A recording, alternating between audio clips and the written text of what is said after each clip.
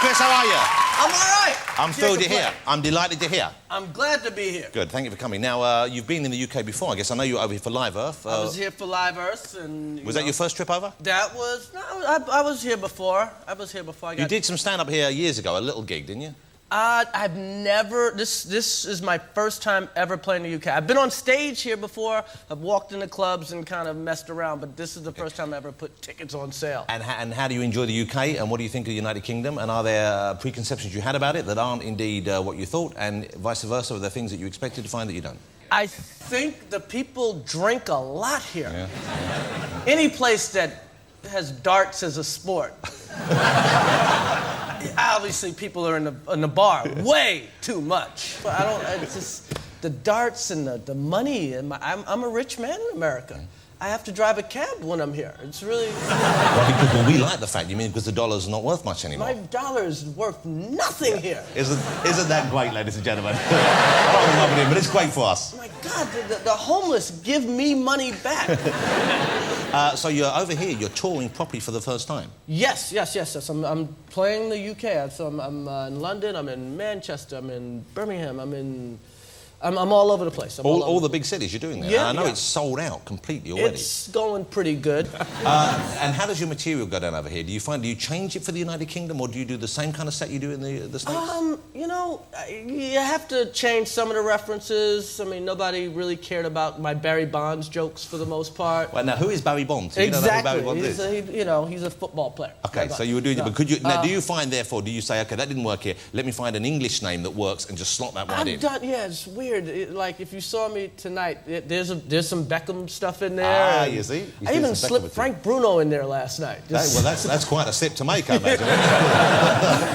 Yeah, a little Beckham and Frank Bruno. I think Keira Knightley's a reference now. Okay, so you're anglicising your act. Yeah, I'm doing that. And do the audiences, are they pretty much the same? Do they laugh in the same places? Pretty much. I just have to slow it down enough so people kind of understand what I'm saying. Because I guess when you're in full rent, because your style is somewhat like, I know early on as well, you based it on kind of preaching, United States preaching. I'm from like a family of preachers, and I kind of, my dad broke the mold, and then I continued to break the mold. So I grew up a lot around preachers, and I guess some of it gets into the work. And when you see the kind of, was it kind of gospel-style preaching? Oh, no, they actually worship the devil. So it was, quite different. But it kind of is like, it's very full-on, isn't it? Yeah, it's energetic. Just gets the crowd up, and please give us some money so we can buy Cadillacs. Okay.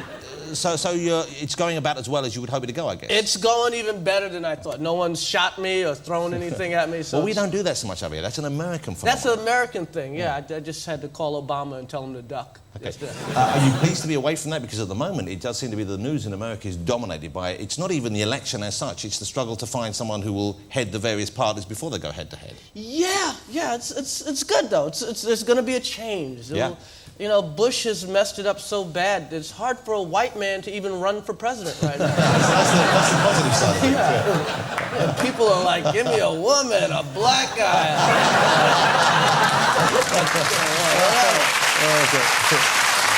It's gone to that extreme. It's a woman, black guy, a giraffe, a coyote.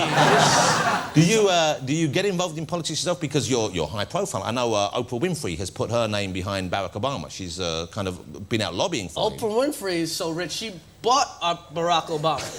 She paid for him. She built him. He's a robot. He doesn't really exist. One of her Barack toys. Obama. Yeah, that's not a real name. Great name, isn't it? Have you ever met anyone called Barack before? I have never met a Barack or a Obama. So he's a first. He is a first. I like him. Have you met him? I've met him. I've talked to him on the phone. Every time I see him, I'm like, so when are you going to get back with New Edition? When's that? You guys need to get the band back together. What's happening with Bobby Brown these days, by the way? I don't know, but I'm sure crack is related to it. Poor Bobby Brown, right? Whitney, she sorted herself out, hasn't she? Whitney's doing good. I mean, hey, they got their kid, you know. They're doing better than Britney. No one. Okay, yeah. That's a sorry state. They take the white kids quicker. They take the white kids at the first sign of danger. black kids, he can handle it. He's got to learn to be tough. It's rough out there.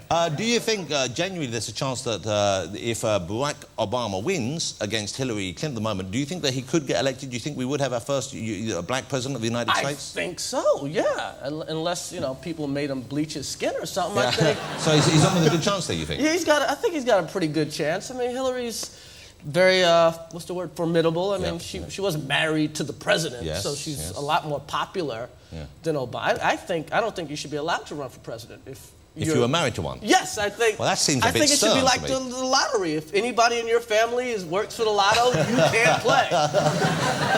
Well, it's not like she can fix the numbers. You see what happened the last time we got a relative in the White House? Yeah, that's no good, is it? God bless him, though, eh? He God really bless is. him.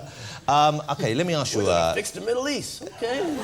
Well, it's interesting you raised that because Tom's new movie, I don't know if you've seen. Have you seen Charlie Wilson's Will? I haven't seen the whole thing, but I actually... What do you mean you haven't seen the whole thing? What, you left early? That's don't say that when you're sitting there. I was in L.A. I was cutting the movie I was doing. I think you need to apologise, Christopher. I was... Tom, you hear that? He walked out after the first 5 minutes. After the jacuzzi scene, he was gone. No. I was around the set. I got to bump into him a couple of times in L.A. on the set.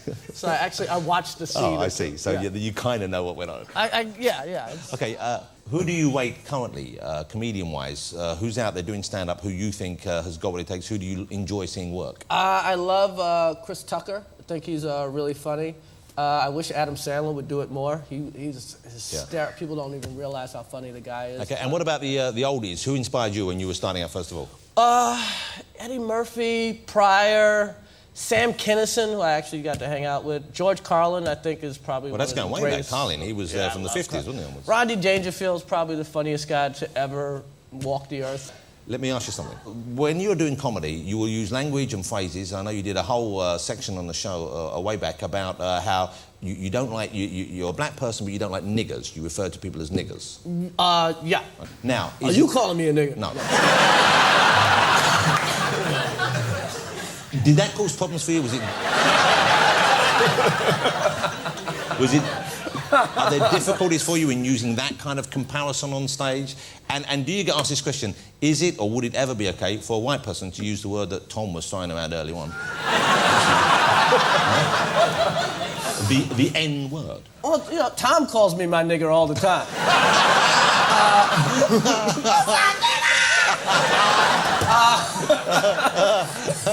Go on, Tom, let's hear one for the team. Come on. Every day he calls me up. I never got any flack about it. I don't know. I guess if some, black person, smacks you upside the head with a brick and they're running away, hey, that nigga hit me with a brick. You're allowed then, but none. Because the point you're making, of course, wasn't even about the use of the word. It was, but it was a definition as well. well. I was just telling a joke and people were laughing. Do you worry about that ever, though? Is there material that you shy away from? Are there areas that you don't want to head into because it might be either misinterpreted or upset people? No, I talk about pretty much anything. I don't have any Oprah jokes, just because why piss off the only black billionaire? Why do that? I might need some money. I might need an extra $10 million. And hey, Oprah, could you go on your couch and get me $10 million? Yeah. She is a phenomenal success story. Oh, she's the best. She's the closest thing we got to God. But you see, here's what I don't understand. I pray to God. I speak to Oprah. She could be president, surely. Yeah. She could be, once Barrett gets in, if people get to him, she could just step in and take she could just shut this whole thing down if she wanted to. Would you be interested in doing that? Would you be interested in politics? No, I've had way too many affairs to do that. I've too much drugs and... Did you have well, actually, you're a father, aren't you? You're settled down now. Yes, I have 2 daughters, How old are they? They are 5 and 3, they smoke. Kids go through that phase. Yeah, they smoke, but menthol. How are you as a dad? How hands-on are you? How around them are you? I'm very hands-on. I beat and smack them. Traditional. Yeah, that's my right? I beat him. If anybody else beats and smack him, I get mad. That's within your... I get mad, and I show, hey, you don't smack my kids. Yeah. You smack them like this. How do you feel, though? How different is it for you raising your kids? Because this is something I struggle with a little bit, is I'm assuming you weren't born into a wealthy family as such. No. But they're born into, essentially... We were broke. Yeah. So they're going to have, regardless of what you try and do about it, a very different upbringing, a very different view of the world that you had when you were growing up. Yes. They're rich kids. And the weird thing is, no matter what I do, my kids are like rich kids. And I've never liked rich kids. Yeah. So there's a part of me that actually hates my own children. Like deep down inside, I'm like, you lucky bastard. They can't do anything about that. Yeah. But do you still enjoy going out? Because I've got 3 children now, and I'm an older man than you, but I don't really want to go out much anymore. I don't want to. No. When you start show business, every place you stay is nicer than your house. Yeah. Then you start making money, and then they put you up at the Ritz, and you're like, I can't believe this crap. So you don't really like going out? Oh, no. And when you're out, is there a pressure on to be funny? Yes, there's some pressure. And how do you deal with that? Sometimes I give it to them, yeah. And sometimes I just give them money. I don't have a joke, but here's some pounds. Okay, do you have something as kind of grand as a career plan? Do you have an idea about where you want to be next year, 5 years' time, 10 years' time? Do you have that kind of a career? No, I'm just happy every day that I'm still in show business. Yeah, really? Yeah, anytime you're in show business, you won. Yeah. Hey, still in there. If you want me to do a movie, I'll do a movie. You want me to do a TV show, I'll do. You want me to host a game? Do I get to stay in show business? Yeah. Thank God. How long do you think you would be doing stand-up for? Do you think there's a kind of a life... I recently read, over Christmas, I read a fabulous book. Steve Martin brought a book out, his stand-up career. A brilliant book, and it really kind of made it clear to me as why he gave up doing that. Do you think there's a period when you wouldn't want to be doing stand-up anymore? No, I like doing it. I got to get out the house. You know, Steve Martin just got married. Watch, he's going to be on stage soon. Steve Martin's on tour for the first time in 20 years. I wonder why. But here's the thing, though, you're very observant in your comedy about men and women, and that little clip we showed earlier about, women want to talk. Women do like to talk in a different way to men, don't they? Oh, they love talking. If it was an Olympic event, they'd get the gold every year. And they kind of approach it in a different way. I mean, men kind of talk about things, women just sort of talk, don't they? They kind of go around everything. They kind of, they want everything. So if you want everything, you got to talk to get it, But I like hearing women talk because it makes me work out that maybe one day I'll work out what they're thinking. I like hearing women talk dirty. That's about it. Hey, how lovely to meet you. How lovely to have you on the show.